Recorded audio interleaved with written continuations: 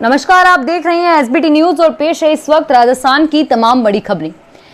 TikTok समेत 59 चीनी app ban कर दिए गए। हेलो और कैम स्कैनर पर भी प्रतिबंध लगा दिया गया है। भारत और चीन के बीच सीमा विवाद के बाद से ही टिकटॉक ऐप को बैन करने की मांग की जा रही थी। इसके अलावा यूसी ब्राउजर, शेयरइट जैसे और भी बहुत से चर्चित ऐप को प्रतिबंधित कर दिया गया है। इससे पहले भारतीय सुरक्षा एजेंसियों से चीनी ऐप की एक सूची तैयार कर केंद्र सरकार ने उन पर रोक लगाने की अपील की थी। इसके पीछे यह दलील दी गई थी कि चीन भारतीय डेटा हैक कर सकता है। दिन भर गर्मी और उमस से परेशान जयपुर वासियों को रात 8 बजे के बाद उस समय कुछ राहत मिली जब अचानक मौसम बदला और तेज हवा के साथ बारिश शुरू हो गई। तकरीबन 20 मिनट तक तेज रफ्तार से आई बारिश ने लोगों को एहसास दिला दिया कि मानसून आ चुका है। स्थानीय मौसम विभाग के मुताबिक 40 से 50 किलोमीटर प्रति घंटे की रफ्तार से तेज हवा चली और अचानक बदले मौसम ने वाहन चालकों को परेशानी का सामना करना पड़ा। राजस्थान सरकार ने ग्रामीण क्षेत्रों में 1 जुलाई से धार्मिक संस्थान श्रद्धालुओं के लिए सशर्त खोलने की अनुमति दी है, लेकिन चूरू के सालासर बालाजी मंदिर प्रबंध समिति ने कोरोना संक्रमण के चलते 31 जुलाई तक मंदिर में दर्शनों पर प्रतिबंध लगाया है।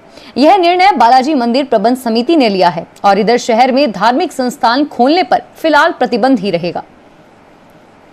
हाईकोर्ट ने 8वीं क्लास तक के विद्यार्थियों की ऑनलाइन क्लास पर पाबंदी को लेकर दायर 3 अलग अलग जनहित याचिकाओं पर केंद्र और राज्य सरकार से जवाब तलब किया है।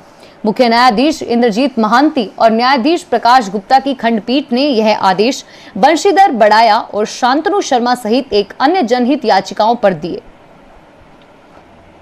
पेट्रोल डीजल के भाव आसमान पर हैं तो राजनीतिक दल भी एक दूसरे पर जमकर निशाना साध रहे हैं। कांग्रेस ने इसको लेकर सोमवार से ऑनलाइन अभियान भी शुरू कर दिया है। इसके जरिए वे पेट्रोलियम पदार्थों के दामों में कमी की मांग कर रहे हैं। और इधर राजस्थान के सीएम अशोक गहलोत ने एक ट्वीट करके मोदी सरकार पर निशाना साधा। गहलोत ने कहा कि जब पूरे देश की जनता कोरोना से जूझ रही है, ऐसे में मोदी सरकार पेट्रोल और डीजल से मुनाफा कमा रही है। भरतपुर रेंज डीआईजी लक्ष्मण गौड़ के नाम पर दलाली करने वाले दलाल प्रमोद शर्मा के तार किस किस से जुड़े थे, इसे लेकर एसीबी ने पड़ताल शुरू कर दी है। एसीबी ने भरतपुर रेंज डीआईजी के गाड़ी की लॉगबुक व गार्ड ड्यूटी रजिस्टर की प्रमाणित कॉपियां एकत्र कर ली हैं। प्रारंभिक तौर पर दलाल प्रमोद शर्मा की ओर से डीआईजी की गाड़ी का उपयोग किया जाना सामने आया है, जिस पर एसीबी ने डीआईजी की गाड़ी की लॉग बुक की प्रमाणित कॉपी जुटा रही है। इसके अलावा दलाल के डीआईजी निवास पर बनी रहने वाली गतिविधियों की जानकारी के मद्देनजर गार्ड ड्यूटी रजिस्टर की प्रमाणित कापियां जुटा रही है। राजस्थान के सरकारी स्कूलों और शिक्षा विभाग के कार्यालयों में चल रही बाबूजी की कमी काफी हद तक दूर हो सकेगी। विभागीय कार्यालयों और स्कूलों में बाबुओं की कमी से अटके हुए काम फिर से गति पकड़ सकेंगे। पिछले कई सालों से कई स्थानों पर पद खाली पड़े हुए हैं और कहीं जरूरत के हिसाब से कनिष्ठ लिपिक ही नहीं है। ऐसे में कामकाज प्रभावित होता है, लेकिन अब शिक्षा विभाग को 6000 से ज्यादा नए कनिष्ठ लिपिक मिले हैं, जिन्हें जल्द ही पोस्टिंग दी जाएगी। पाली जिले के सेंदड़ा वन क्षेत्र के कानूजा से सटे माता मंदिर के पास पैंथर शावक का शव मिला। वन अधिकारियों ने मौके पर पहुंचकर पड़ताल की और शव को सेंदड़ा रेंज दफ्तर लाया गया। यहां पोस्टमार्टम के बाद शव को रेंज परिसर में ही अंतिम संस्कार कर दिया गया। फिलहाल मौत के कारणों का पता नहीं चल पाया है। पेट्रोल डीजल की कीमतों के खिलाफ जयपुर में आयोजित कांग्रेस के प्रदर्शन में सोमवार को सोशल डिस्टेंसिंग की जमकर धज्जियां उड़ाई गई। कांग्रेस के जिन नेताओं पर जनता ने सोशल डिस्टेंसिंग की पालना की जिम्मेदारी दी थी, वह लापरवाह नजर आए। कार्यक्रम में भीड़ की धक्का मुक्की और नेताओं के साथ सेल्फी को लेकर बना माहौल ही तस्वीर कोरोना संक्रमण को हैरान करने वाला था।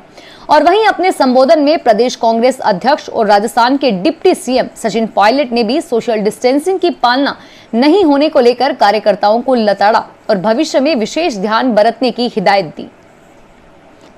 जयपुर में आईओसीएल की पाइपलाइन तक भूमिगत सुरंग बनाकर हाईटेक तरीके से वॉल्व लगाकर क्रूड ऑयल चुराने वाली अंतर्राज्यीय गैंग का खुलासा हुआ। मामले में जयपुर ग्रामीण जिले की शाहपुरा थाना पुलिस ने बड़ी कार्रवाई की। इस गैंग के मुख्य सरगना व उसके एक साथी को गिरफ्तार कर लिया गया। इस गैंग के सरगना से पूछताछ में बड़े खुलासे हो सकते हैं। और वहीं इस ऑयल चोरी के खुलासे के बाद आईओसीएल के अधिकारियों को भी सूचना दी गई और इससे वे कंपनी के अधिकारी भी अपनी जांच में जुट गए हैं। जयपुर एयरपोर्ट पर सोमवार से नई व्यवस्था की शुरुआत होगी। यह व्यवस्था बैगेज स्क्रीनिंग से जुड़ी हुई है। दरअसल सोमवार से बैगेज स्क्रीनिंग का काम मशीनों के जरिए ऑटोमेटिक तरीके से होगा। इस सिस्टम को इनलाइन बैगेज सिस्टम कहा जाता है। ये मशीनें एयरपोर्ट के बेसमेंट में लगाई गई हैं।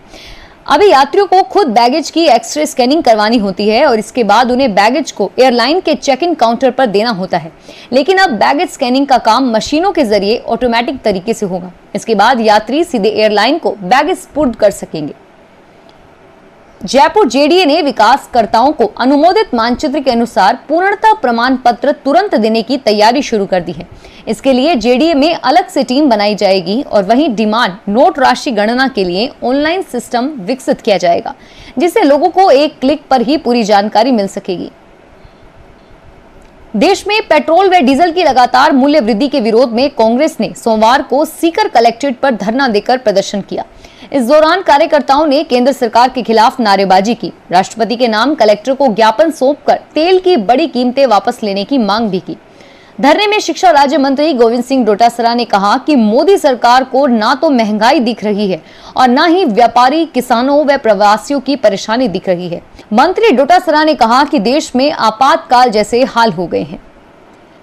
राजस्थान भाजपा प्रदेश अध्यक्ष एवं आमेर विधायक डॉक्टर सतीश पूनिया ने कार्यक्रमों की व्यवस्था के बीच हरमाणा थाने के पास पंचर की दुकान में ही बैठकर पंचायती राज विषय से संबंधित वीडियो कॉन्फ्रेंसिंग को संबोधित किया। सोमवार को सुबह सतीश पूनिया आमेर विधानसभा क्षेत्र के दौरे पर निकले थे। इस दौरान पंचायती राज विषय से संबंधित कार्यकर्ताओं की वीडियो कॉन्फ्रेंस में जुड़कर संबोधित करना था और ऐसे में वीडियो कॉन्फ्रेंस का समय होने पर पास में ही स्थित पंचर की दुकान में बैठकर वीडियो कॉन्फ्रेंस में सम्मिलित होकर संबोधित किया। सीकर जिले में बढ़ाडर के पास सोमवार को पुलिस और बदमाशों के बीच मुठभेड़ हो गई। बदमाशों ने पुलिस दल पर गोलियां चलाई और पुलिस ने भी जवाबी में फायरिंग की। पुलिस ने ग्रामीणों की सहायता से 4 बदमाशों को गिरफ्तार कर लिया है। प्राप्त जानकारी के अनुसार बदमाशों ने अपनी गाड़ी से पुलिस की गाड़ी के टक्कर मारी और इसके बाद बदमाशों ने पुलिस पर 5 राउंड फायर किए। बदमाश भागने की कोशिश में थे, लेकिन पुलिस ने ग्रामीणों की मदद से 4 बदमाशों को दबोच लिया। इनमें 2 बदमाश हरियाणा के शूटर हैं। 4 बदमाश मौके से फरार हो गए और पुलिस ने पकड़े गए बदमाशों से 1 पिस्टल, 1 देशी कट्टा, 1 एयरगन व कारतूस बरामद किए हैं। फिलहाल इस बुलेटिन में इतना ही और फिर हाजिर होंगे तमाम बड़ी खबरों के साथ। एसबीटी न्यूज के वीडियो देखने के लिए हमारे चैनल को सब्सक्राइब करें और नोटिफिकेशन पाने के लिए बेल आइकन पर क्लिक करें। धन्यवाद।